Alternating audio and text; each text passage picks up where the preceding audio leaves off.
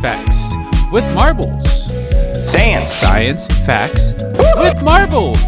Hey, hey. Hey kids, Professor Marbles here with some more interesting science facts for you. Let's get to it. Our star, the sun, that's the star that's in the center of our solar system here, is the brightest. Well, it's the brightest to us because it's the closest to us. We have a bunch of other stars. You see those in the night sky. Those are suns that are in faraway galaxies. How neat is that? Like Polaris. And, Echo, name stars. I know roughly a number of stars, including SN 1604, the Sun, Betelgeuse, Sirius. Alpha Centauri. SN 1064, that's a good one. That's not what I said. What is that one? 1064. 1054. Oh, that's pretty. Here's a picture of that. It's something in the Crab Nebula.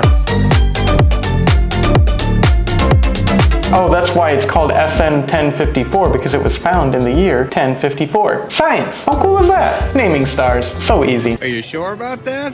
Thanks for watching, kids. Remember to always look for the science around you. Don't forget to like this video and subscribe to the channel, and I'll see you next week with more science facts.